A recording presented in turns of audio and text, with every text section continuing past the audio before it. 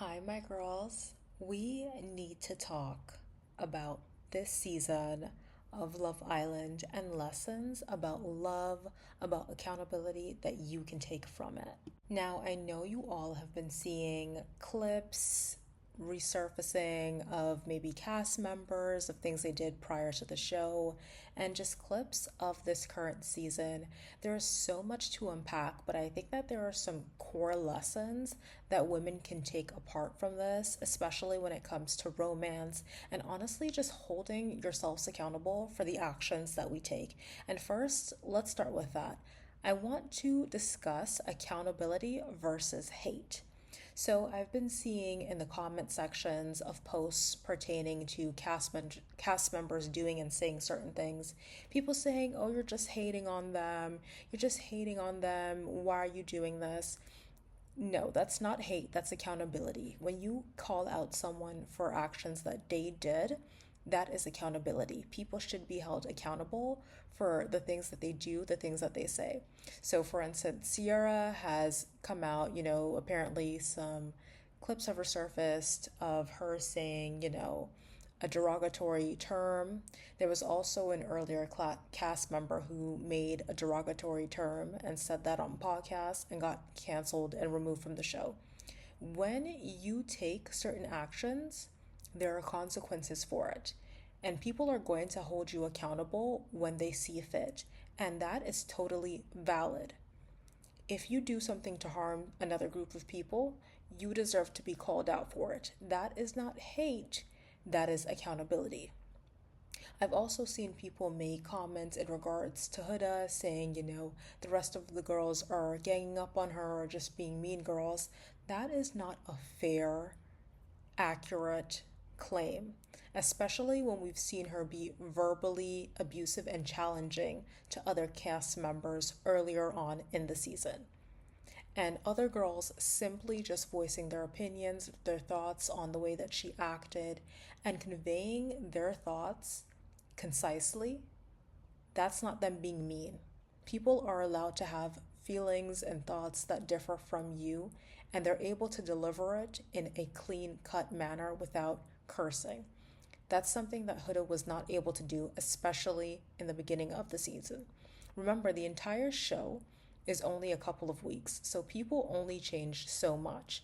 If she was doing this just a week ago, chances are she's not a much different person now. And that's just being accountable. I also see people saying that certain cast members are just of high emotional intelligence when really they're just highly sensitive people. If you cry every single time someone points out a flaw in you and tries to give you a tip or a trick to make you become better, or they're just simply pointing out how you made them feel and you decide to get super emotional and cry as a result of that, you're not a highly intelligent person when it comes to emotional intelligence. You're just sensitive, right? We have to call a thing a thing. In order to display emotional intelligence, you are able to hear other people's thoughts, things that you may not agree with, as long as it's said and delivered in a respectful manner, and simply voice your opinion without being overreactive. If every single time someone says something to you, your immediate thought is to reflect, you are not of emotional intelligence. You are just a sensitive person and you like to play the blame game. And honestly, that's a form of manipulation. So be wary of people who do that. Now, I also want to hit on the point of blocking yourself out of love, blocking your options, and specifically when it comes to Alondria and Nick Alondria, I simply adore them. I think they both did what they're supposed to do when you come on an experience such as Love Island. But Alondria in the beginning was extremely closed off for most of the season. She was closed off, she was hyper focused on Taylor. Jalen came in, she didn't really give him as much time as attention as I personally think that she should have. And she almost locked herself out of Nick, right? Nick has been giving her attention, he's been making googly eyes at her, really showing that he does have an interest for her. However, she was so hyper fixated on Taylor, who did not really give her even the time of day that she truly deserved, because she's a stunning woman and she deserves so much better. So I'm happy to see that finally she is able to kind of be paired up with Nick, and we're kind of seeing that unfold. But in real life, a lot of women close themselves off from a different type. Maybe they're used to dealing with a particular race, a particular ethnic group, and they simply think that that's all they should be with, when really there's other types of men that may be more fitting for them. You are worthy of exploring your options. If no one's told you that before, I'm telling you now. Go and explore your options. You deserve it. Now, the next thing I want women to stop doing, respectfully, is using your body in the hopes that it will help you keep a man. Now, this goes back to Sierra, and this applies to Huda as well. We both know that they slept with, Sierra with Nick, and Huda with Jeremiah, and the guy that she's currently coupled up with. You using your body is not going to keep a man. And we saw that just a couple days ago.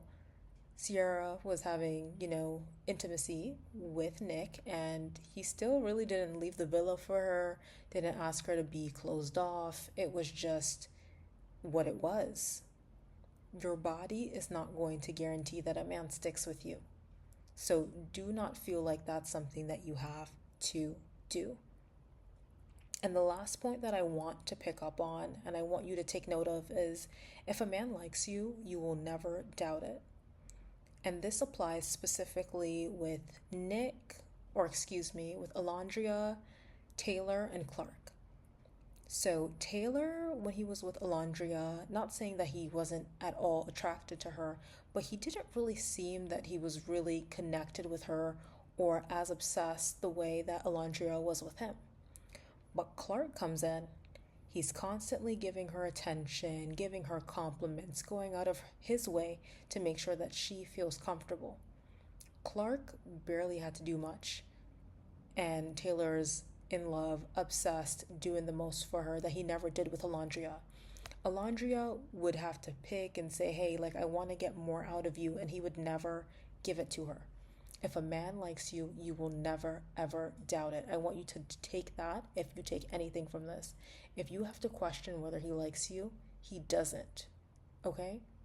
So in this situation, again, I'm happy that Alondria's with Nick and they're working out. But take note of how Taylor treated Alondria versus Clark. It's very clear who he prefers and who's his type. You never want to be the side or the someone that a man has to, deal with. You want to be the preference. So that's all the notes I have for you today. Maybe we'll do another one at the end of the season just to wrap up and go over some major points. But these were the things that I wanted you to take note of and note from this previous season and apply it to your real life. Note the difference between accountability versus hate. Note the difference of being a person of high emotional intelligence versus being sensitive. And don't block out your options for love. Make sure that you are always, always, always, always the preference. Okay? That's all I have for you today. Let me know what you think in the comments, and I'll catch you in the next one. Bye.